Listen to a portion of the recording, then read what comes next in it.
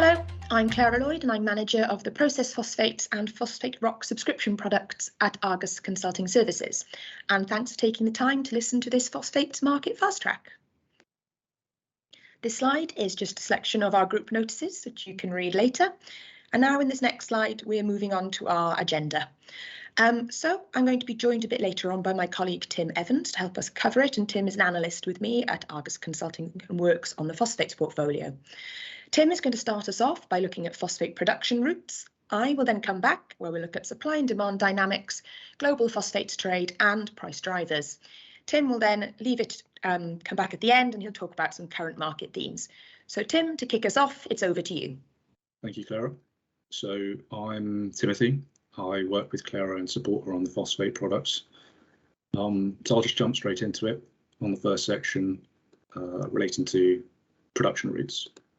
So phosphorus is vital for the photosynthesis process as it performs a key role in the transfer of restoration of energy. And it's also important for the development of plant roots, and it enhances the durability of the stems and supports the plant in becoming established earlier in the season. And it also has an added benefit that it has low solubility, which means little phosphorus is leached from the soil. Phosphate fertilizer production begins with sourcing and extracting rock that contains phosphate, known as phosphate rock. Rock can be applied to crops directly, but this tends to be unusual. Global estimate reserves are about 71 billion tonnes, of which roughly 50 billion tonnes are found in Morocco, and phosphate produce ACP have exclusive rights to that material. China comes in at second largest reserve at 3.2 billion tonnes, and although we're seeing ownership of rock supply is seeing greater consolidation compared to Moroccan resources, it's far more diversified. And so we can immediately see that the disproportionate control over the potential rock supply. Other major reserves are found globally on pretty much every continent except Europe and obviously Antarctica. But by and large, phosphate rock is used to create phosphoric acid, which is a precursor to a wide variety of more sophisticated phosphate fertilizers, and we'll run through that production process shortly, as we're focusing primarily on processed phosphates during this session. Outside of phosphate rock, phosphates can also be found in manure, compost and bird dropping deposits known as guano, but comparatively it's far smaller quantities, and well, let's just say it's difficult to scale. So if I move on to the next slide, you can see that looking at final fertilizer products, we can see there are several production paths, and we can see that SSP was the first man-made mineral phosphate fertilizer, but the most common processed phosphate currently is MAP and DAP on a global level. Moving on, we can also see a visual diagram where we can see that processed phosphate fertilizer has a standardized production process. Phosphate rock is reacted with sulfuric acid in a reactor tank. The slurry is then filtered to remove byproducts and isolate the concentrated phosphoric acid.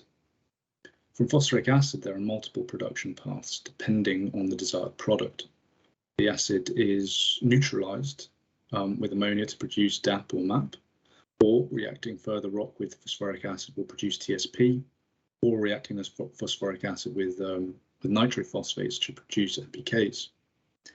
Increasingly, we see phosphate fertilizer production is vertically integrated. So producers that have access to their own rock, essentially, and this places them at a competitive advantage to producers that source rock externally. But obviously, producers' access to resources, logistical factors, and available capital will influence its production method. For example, if we take India, the world's largest DAP consumer, they don't have the rock resources to meet their fertilizer production levels. And so depending on access and price levels of raw materials, Indian producers may buy rock, sulfur and ammonia to produce DAP, or just import phosphoric acid and ammonia to produce DAP, or even just buy ready DAP. And if I go on to the next slide, we can see that phosphoric acid uses split by fertilizers and non-fertilizer usage. And just to give this visual representation of this acid consumption, we can see roughly 85% of its use is for fertilizer production. As for non-fertilizer usage, especially high quality acid known as purified phosphoric acid, it's used in food and beverage production and more recently in battery production, but we'll touch on that later in the session. So that's the production routes section, and I'll hand you back to Claira to cover some of the other sections. Thank you. And so, yep, I've come back and we're going to talk about the supply and demand dynamics of the phosphate market. And as we can see in this next slide, when we want to start with supply and demand, we need to start with the basis of P2O5, which is phosphate rock. And rock reserves estimates can be largely fluid, and revisions, as can be clearly seen, I think, from this slide, can be large. And also, as we can see, we're a long way off from the rumour that is peak phosphates. Revisions are frequent as exploration continues and technology advances. And as a result, Morocco has been proven home to 70% of the world's rock reserves, which is why the country is such a key player in the phosphate market. And we'll delve into this a little bit more later on. China is the second biggest, but at a very distant second, with just 5% of global reserves. And the rest is covered by a wide selection of countries to varying degrees. But as can be seen here, Egypt, the Middle East, and really Africa as a whole is key. And when it comes to rock production, as we can see in this slide, I've put the production rate next to the reserves. I may not have arranged this as beautifully from biggest to smallest as we often do, but I've left the countries instead in order as they are presented in the graph on the left to illustrate the point that even if you have the biggest reserves, you're not necessarily going to be the biggest producer. And as we can see here, China is the biggest producer, and this rests a lot on its domestic consumption, access to export markets, and even down to policies, political red tape, and the environment. Also, as you can see in these two graphs, the scale is very different, with production significantly smaller than the sheer volume of reserves that are existing. And really, despite Morocco having the biggest reserves, they produce less than China. China produces largely to meet its own demand for phosphate and phosphoric acid production with very little exports, and the sheer size of the production of these two products in China will be explored as we continue. And while Morocco has a much smaller portion of its own consumption, it is still a strategic merchant market player, but more on that a little bit later. Now, in this next slide, we're moving on to the next form of phosphate and what is phosphate rock used for, and that's phosphoric acid. Over the past 10 years, up to 85% of phosphate rock consumed globally has been for phos acid production. And in terms of geographic distribution, 5 countries have accounted for 74% of the global rock consumption, namely China, as alluded to earlier, the US, Morocco, India, and Russia. Phosphate rock is also, however, procured for direct application, but this makes a very small part of the pie, and usage is driven by the cost of the final processed phosphate products and price competitiveness. And as we move on to the next one, we're looking at how the phosphate nutrient is delivered. As you can see from this graph, DAP is the largest source of phosphate, accounting for 1/3 of global phosphate demand. MAP has increased to around 1/4 from 10% over the last 10 years, whereas SSP has dropped to 9% from 14% on a consistent basis. It does sometimes boom in popularity, as it has done in the last 12 to 18 months, but that's all driven by pricing alone and is not a forecast long-term trend. TSP has its consistent place in the market at around 5 to 6% of global consumption. And finally, we have NPKs, PK and NPS, etc. Indeed, this is, as we can see from the graph, a big portion, but it's a mix of products, and it's also important to note that DAP and MAP can be used as a blending feedstock for these products. So in true reality, DAP and MAP probably have a bigger market share for the delivery than illustrated above. Next, we're going to move on in these next 2 slides to look at production and consumption of DAP and MAP, as they are the dominant P2O5 delivery methods. This map highlights the top 5 producers globally, and China clearly dominates, which I hope highlights why, as I mentioned earlier, China produces so much rock. Morocco is a second, but a distant second, despite it being one of the key market exporters of P2O5 and a prominent price influencer, which we'll return to again later. The US again is a key producer, as is Saudi and Russia. And when we move to our next slide, we will also see that some of these guys are also key consumers as well as producers. And so here we have consumption. So not only is China the world's biggest producer, it's the world's biggest consumer and also exporter. So China has a very prominent position in the market as a whole. But China's landscape of production and consumption is expected to change in the coming years, even more than it already has, because of environmental policy, which is getting stricter. India comes in second, and while not a close second, India, as we will discuss a bit more later on, is a key driver in the DAP market, as it is the world's biggest importer of DAP, with up to 6 million tonnes per year procured from overseas markets. But there are many underlying factors within India which can influence its need more than merely just demand. Brazil comes in third, and this is basically almost all MAP. There is also continuing growth potential in the country and Latin America as the region as a whole, as the ag sector expands. The US is a similar position to China, where the majority of its domestic production is for its own consumption, but it is still reliant on imports as it does get involved with the export market, largely within the Americas. And finally, we come to Pakistan. This number of 2.72 million is all DAP, and again, the country can be a key influencer on price. So we move to our next section, and I'm going to move to who buys and who supplies, and this leads me on to global phosphate trade. Here we're going to have a whirlwind tour of phosphate, DAP, MAP markets, as rock, based on the reserves and resources as we discussed earlier, clearly explains itself under who buys and who supplies. And so, as I touched on earlier, rock makes phosphoric acid for the majority. And where there is rock, there is often a large capacity of phosphoric acid. This should then come as a little shock that Africa, and mainly Morocco, is the biggest merchant phosphoric acid exporter and India the biggest importer. This trend is here to stay. And even with regions like Northeast Asia, which is home to plenty of rock production and phos acid production, there are very little in the terms of exports. And the same can be said for other phosphate products. China leads that region and is the domestic supply is number one. In this slide, we're moving on to the DAP market and to the top 5 importers. There's a very big contrast between the top importer and the 5th biggest, as can be seen here. As we will be discussed in a little bit more detail later on, following on from comments, India is the biggest global DAP importer and can import up to 6 million tonnes a year, depending on pricing and stocks. India is the driver of the DAP overseas trade market, in essence, when it comes to the buy side. The US, whilst also an exporter and key producer, is also the 2nd biggest importer, with its domestic production focused more towards MAP than DAP. Pakistan and Bangladesh markets are key drivers too, as when we combine them with India, they do not have enough domestic DAP production by any means to meet demand. And as the 3 countries follow the same seasonality, they are in the key cyclical nature of price guidance, very big influencers. And again, we'll move on to discussing this in a little bit more detail later on. Whilst it's been pretty clear to us who the biggest import players are in the DAP market, it's interesting to note the evolution of the export market. I would like to take the time to highlight these 3 players.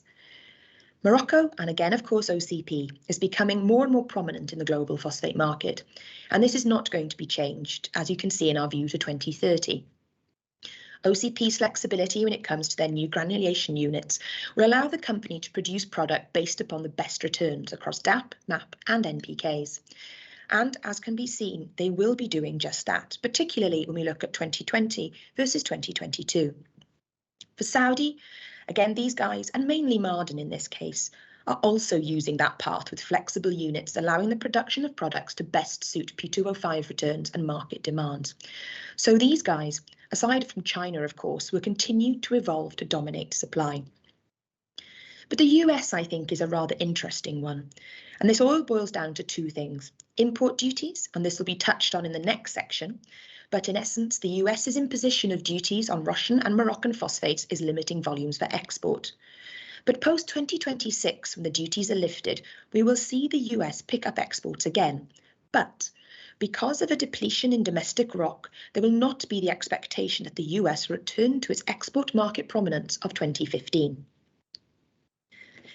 Now in this slide, we're turning towards MAP, and we're doing the same as we did with DAP. But in this case, we can see on the import side, it's dominated by the west of Suez rather than the east. And similarly to the DAP market, there is a stark difference between the biggest importer, being Brazil in this instance, and the fifth largest, which is Argentina. Latin American markets dominate the MAP import landscape, and there is no expectation of this changing as the agricultural market grows. Canada's prominence in the MAP import market has only been of significance and to the tune of over 1 million tonnes since 2017, with the closure of the Redwater facility. And unless a new producer comes to the market, the country is here to stay in our top 5. For the US, it's a similar story to DAP, that it imports and exports, but MAP is bigger of the two consumed products, and it needs to import to ensure domestic demand is covered. While with Australia, the country's import volumes do vary, but it is always key. However, its imports are very seasonal, so in the second and third quarter, Australia does in fact become a net exporter. And now we're going to look at, similarly to DAP, the MAP evolution and what has happened to the export landscape. As with DAP, Morocco and Saudi will be utilising their flexible production capacities to get the best returns on P2O5 across the product spectrum. For Morocco, their exports will diminish, partly because of the loss of the US to 2026, but also because DAP is likely to keep its premium over MAP as time goes on, something that it has lost on for very long periods since 2020. For Saudi, as they increase their overall capacity, they will increase MAP output, and also they will be filling the gap left by Russia and Morocco to the US. For Russia, MAP exports are expected to drop for 2 reasons. One, of course, is the US duties, and the other is the changing production slate in the country, with phosphates producers switching and focusing more on NPKs as time continues. But there's one group I'd like to comment on, and that's what I've called here opportunistic exporters. In this bracket, I've included Tunisia, Jordan and Senegal. Historically, there have been very low levels of MAP exports from Jordan and Tunisia, but both have largely focused on other products from rock to TSP. But the duties, and again more on those later, have changed things, and since 2022, Tunisia and Jordan returned to the MAP market with force because the gap in supply and firm prices attracted them, and they're expected to remain until at least 2026 when the duties conclude. But Senegal has also jumped in, shipping cargoes to the US, and again will stay in our expectations and export forecast until at least 2026. And now I'm going to move on to my final section before I hand back to Tim, and that's price drivers. So in this slide, we've got an overview of prices for the last 5 years. And as we can see, they've hit some high highs and they've also hit some low lows. Overall, it is supply and demand that pushes the pricing balance. But in this section, we're going to touch on some other drivers as well. But as can be seen here, DAP and MAP are the most nutrient heavy, so are the most expensive. TSP is less expensive, as unlike the above, it has no nitrogen component. SSP is a low analysis fertilizer, and so is always on the low end of the finished product spectrum. And rock, being the primary origin of P2O5, is always the cheapest form of P2O5. Now that we've looked at historical pricing, let's start with the interesting drivers, and I'm going to start with raw materials.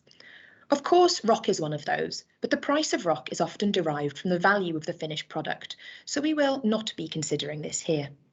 Ammonia is a key raw material price, and it comes to production and can push up phosphate prices. As you can see, as ammonia shoots up, so does DAP. But there's a case study when it comes to one raw material that I find particularly interesting in terms of price control and influence. And in this next slide, I'd like to dwell on it for a little bit longer. In China, there's a rule of thumb that sulfur should not cost on a CFR basis more than 1/3 of the DAP FOB China price. So in these graphs, the blue line is the DAP FOB China, the orange CFR sulfur China, and the grey line indicates where that 1/3 DAP FOB should be, and it is not a price, and it is a price level at which sulfur should not exceed. As we can see, the sulfur prices peak and trough, so does the DAP price, particularly in 2017. DAP prices were on a steady but soft trajectory until the sulfur price rallied and maintained its position as more than 1/3 of the DAP FOB price. This is not to say that the influence does not work both ways, and we do see sometimes, often, that the sulfur price is pushed up by the increasing DAP price as affordability for raw materials improves. But I think for me, this is one interesting and quantifiable rule which is implemented by a key market phosphate producer and shows the influence of raw materials on pricing. So now I'd like to look at subsidies and duties, and this is where we land as a key market driver. I will only briefly touch on India, as I know Tim will speak about it a bit more when he comes to talk about current market themes. But India's domestic pricing mechanisms of the nutrient-based subsidy and maximum retail price can truly influence not only how much DAP India directly imports and therefore boost the price of DAP, but it can also influence the prices of phosphoric acid and phosphate rock, as domestic DAP producers will work on an arbitrage basis if they have the flexibility to produce DAP via rock or imported phosphoric acid, and if domestic production is competitive enough against the DAP import price overall. But as I said, Tim will touch on this more so I'm instead going to talk about the duty side of things, and specifically the duties imposed by the US on imports of Russian and Moroccan processed phosphates. And the story goes something like this. On the 26th of June 2020, the US Fertilizer company Mosaic filed a petition with the International Trade Commission and US Department of Commerce, arguing that large imports of Moroccan and Russian phosphates was harming business. This resulted in both Morocco and Russia halting exports to the US in fear of retroactive duties. Then on the 7th of August, the ITC made its decision that there should be duties. And following this, we saw DAP and MAP prices diverge by $32 a tonne, as MAP is the key import US nutrient supplied by Morocco and Russia. Then, on the 24th of November, the DOC's decision came that there will be duties, and preliminary duties were announced. And on the 9th of February, the final duties were set for 5 years at 19.97% for Moroccan product and between 9.19 and 47.05% for Russian. The lack of Russian and Moroccan product in the US, or the threat of it at least, firmed the prices as can be seen above. But it's this next slide, which is really what is interesting. It wasn't just the US which saw price firming. Brazil also saw prices firm, particularly as it imports MAP on the same cycle, more or less, as the US, and it also often relies on the US as one of its suppliers. So, with the US losing import options, it reduced exports, narrowing Brazil's supply options. US prices firmed, losing supply options, so Brazil was forced to pay higher to ensure it remained competitive with the US, particularly as non-traditional suppliers shifted trade flows to benefit from the firm prices in the West. And as long as duties are in place and until trade patterns really settle down, this is likely to consistently have some price influence in the global market. And so now I want to quickly roll through some of the other price drivers in the phosphate market. And we're going to start here with seasonal demand. This can guide prices and swing prices both up and down, depending not only on what time of year it is, which hemisphere you're in or which continent, but also when it comes to the product, as DAP and MAP can both be driven by cyclical seasonal demand. Seasonal demand is a big influencer in Brazil, for example. We see key MAP import season in the third quarter as importers and farmers buy for application in Safra, which traditionally starts in September. And in the east, DAP is in big demand ahead of Kharif, which starts in April, and Rabi, which starts in November. But a big factor, particularly in India, which can influence seasonal demand for those two seasons is the stock level. Without stocks, then demand really can boost prices. Next, we're going to consider another value, and that is the value of other nutrients. When we consider ammonia, for example, it's truly really a raw material, but the value of ammonia can push the phosphate price as it alters the cost of production. The nitrogen price is a very different story, as we can sometimes, in certain regions, see the sacrifice of phosphate application if it's too expensive and urea be applied instead. In Europe, for example, farmers can skip a phosphate application season sometimes, and in the US, if the nitrogen value is more attractive, we again can see the sacrifice for P or for N, or indeed vice versa. Also, if nitrogen prices fall or rise, phosphates does inevitably follow. Another driver I'd like to talk about is the phosphate market becoming increasingly producer-dominated, particularly as key producers acquire projects, spreading their market dominance, but also traders are being squeezed out of the picture, with more direct deals being done. This graph illustrates the significance of just Morocco's OCP when it comes to DAP and MAP global exports, and how the company will hold that position as a key market player going forward. And finally, we come to the last bit of my portion of this presentation before we turn to Tim, and he'll talk us through some current market themes. And I'm going to talk quickly about freight. Freight rates can influence both FOB and CFR prices. In a soft or weak market, freight rates can put pressure on FOB prices and push them down further, particularly if it's a peak or firm freight season. While also, if prices are firm in the phosphate world, and freight rates are too, they can boost CFR prices even further as FOB prices will be rising anyway. So they are definitely ones to watch and closely when it comes to trader sales and margins. And so that's my portion done, and I'll hand you back to Tim. Now cover the final sections, which is the current market themes going on in the phosphate market. I'll start off with our global phosphates capacity forecast. So, as has been said, the phosphate world is largely supply driven.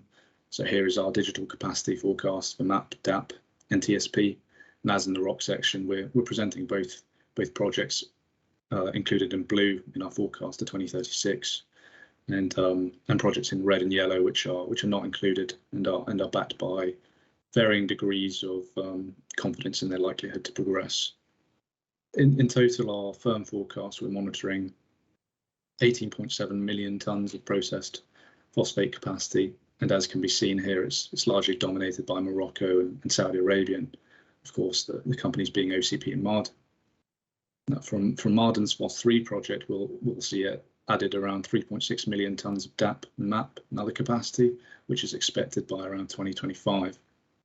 And OCP's capacity is now around 11 million tonnes, but we, with their ongoing capital expenditure programme, we'll see a result of phosphate capacity totaling 17.92 million tonnes by 2030. And when it comes to the possible speculative projects, we're also tracking just 9.63 million tonnes of process capacity. And largely, in my opinion, to build a phosphate project is quite capitally intensive, and you'll only really pursue one with good access to raw materials, namely rock, or with firm and fixed financial backing. So in reality, we don't always come across many that are either not from significant integrated rock producers or have firm financial backing already in place with strategic partners. So another key theme that's currently occurring is the ongoing India and US affordability concerns. India and, well, specifically in the US, market participants originally estimated a 10% cut in demand for the next application season as a result of these price concerns. But since then, rising crop prices and farmer affordability, profitability, sorry, has alleviated some of the affordability concerns, and initially demand emerging suggests closer to 5% demand cuts. We can see from the graph on the left that variable costs of US DAP production are estimated to have risen to a 13-year high in February, further narrowing producer margins. But nevertheless, margins remain above average amid the elevated NOLA DAP values. So the near-term market sentiment remains neutral to weak, as volatility in the urea market is fueling uncertainty among already hesitant phosphate buyers. It was largely thought that lower urea values, if sustained, could potentially alleviate some of the affordability concerns, but rising input costs have caused urea prices to firm again in recent weeks, and so market participants believe it remains somewhat early to gauge the impact on phosphate buyer confidence. But we continue to see higher input costs as a primary concern for farmers for the upcoming year. The increase in raw material inputs will place a floor under domestic phosphate prices as raw material costs outpace gains in crop value. So, and this may discourage imports and domestic buying. If I move on to the next slide covering India specifically and their affordability concerns and the government support that they've been receiving. They've also experienced steep price increases over the past year, and it's evident in the top graph showing farm gate costs by production method and raw material inputs. imports, sorry. And we also noticed that importers buying DAP and producers importing phosphoric acid for the DAP production faced the steepest cost rises throughout the year. Last year's demand was affected by poor affordability of fertilizers, but unlike the US, India can no longer remain hesitant, and it needs to prepare for the upcoming application season whilst also rebuilding its stock levels. So in response to this, the Indian government has raised the 2022-2023 fertilizer subsidy budget to $14 billion, doubling funds for phosphate-based fertilizers. The increase reflects higher costs for both raw materials and imported fertilizers. Import prices of DAP average about $920 per tonne CFR in January, compared to only $440 per tonne CFR in January 2021. And prices of imported sulfur, sulfuric acid and ammonia were all at least twice as high in January as they were a year earlier. But much of it will come down to the maximum retail price that will be set in the upcoming application season. It's a defining factor for DAP prices CFR in India. And producers, importers and retailers await an announcement on the maximum retail price, which along with the subsidies determines the economic conditions for producers and importers. So it will determine if importing DAP or if a certain production path is financially viable, and then obviously will play a crucial role in securing enough product ahead of the upcoming season. If I move on to the next current theme, which is China's export restrictions. So in 2021, we saw Chinese phosphate production numbers reach record levels almost across the board, despite export restrictions beginning on the 15th of October and was said to last until June 2022. But the impact of these restrictions will be felt more acutely in 2022. And the reasons why the restrictions were put in the first place was to secure domestic fertilizer supply and dampen some of the rising prices. So on December 1st, we saw the NDRC specified that major phosphate producers must operate plants at 70% to secure ample supplies for the spring application between March and May of 2022. But as was demonstrated in the MAP market, this call to arms, one in a string of similar announcements across the latter part of last year, did not result in the desired outcome. So in December last year, we saw 6 MAP producers shut production across the month because of reduced demand, linked to the lack of export opportunity and low domestic demand. And this added to production cuts resulting from export restrictions that began in October. So lackluster domestic demand has been driven by firm domestic prices, with the central China DAP ex-works price increasing by 40% between January and December 2021. And this was the main drivers between export cuts being imposed. But prices continue to keep firm footing despite the reduced export opportunities, because feedstock and raw material costs continue to rise. Domestic distribution and NPK plant operators in particular have been pretty cautious about winter stockpiling, since they anticipate lower prices due to weak demand. So overall, we don't expect export cuts to be rigidly enforced until the official June deadline, which should allow producers to avoid further production cuts.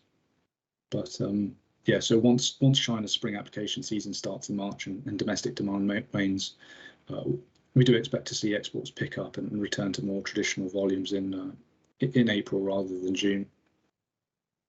And finally, well, before we get onto the final sections, I'll just cover Russian export caps as well. So Russia, similarly in Russia, rising domestic fertilizer prices and affordability were a point of concern in Russia's agriculture industry across 2021. These concerns resulted in fertilizer producers freezing prices of Russian farmers in mid-July until the 31st of October. The price freeze was then extended to 31st December and mid-October, and extended once again in mid-November until 31st of May this year.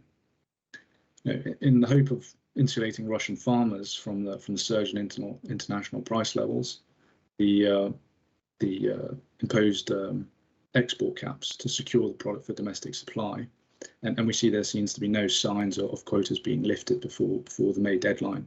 And we can see here on the slide the quotas specifically for MAP and DAP. But what we can also see from the slide is that the caps are in line with general export levels. So we don't believe the Russian cap will reduce overall phosphate export volumes, but it was originally hoped that Russia would be one of the exporters that would increase shipments to help plug the supply gap left by the cut in China. And this obviously no longer can happen. Moving on to the next slide, there's a slightly different note. So we see that there are new market opportunities in phosphates. Over the past 2 years, lithium iron phosphate LFP batteries have become an increasingly popular alternative to nickel, manganese, cobalt batteries, following improvements to power density and low cost, especially in China. And LFP battery usage in electric vehicles is rapidly rising, and we expect it to become the dominant battery used in EVs globally by 2030.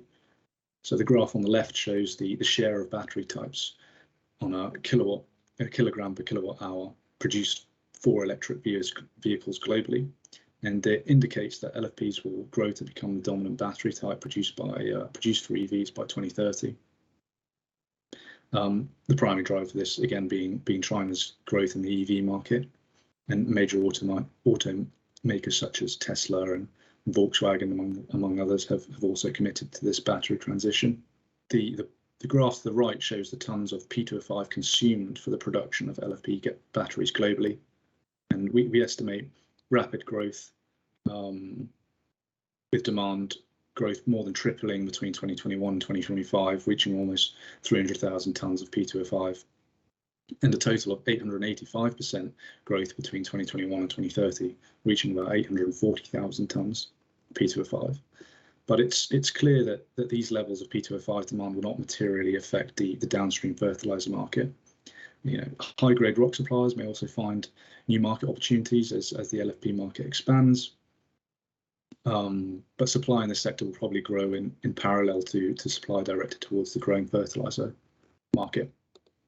And finally, on the final slide, we can see that we've been following some environmental regulation and legislation proposals relating to the reduction of greenhouse gas GHG emissions and its related impact on fertilizers.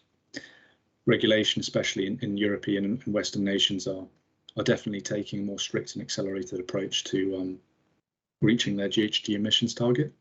So to start off with, we have the EU Carbon Border Adjustment Mechanism, and the objectives complement current EU emissions trading system with additional measures and ensure that imported products sold to consumers face similar levels of carbon pricing in the European Union.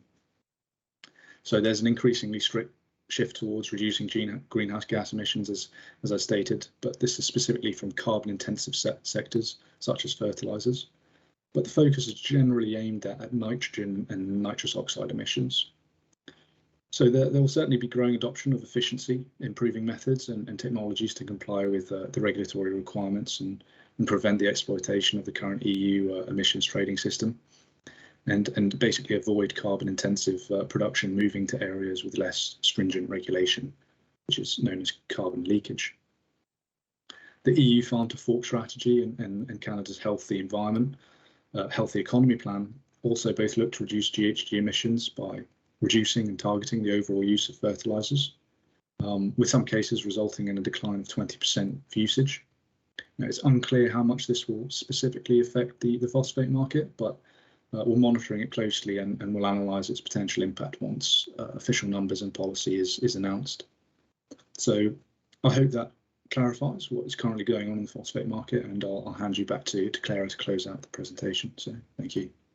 Thank you for listening to this presentation. We do hope that it was useful and enlightening, and if there are any questions or queries, please do not hesitate to contact me or Tim. Thanks very much.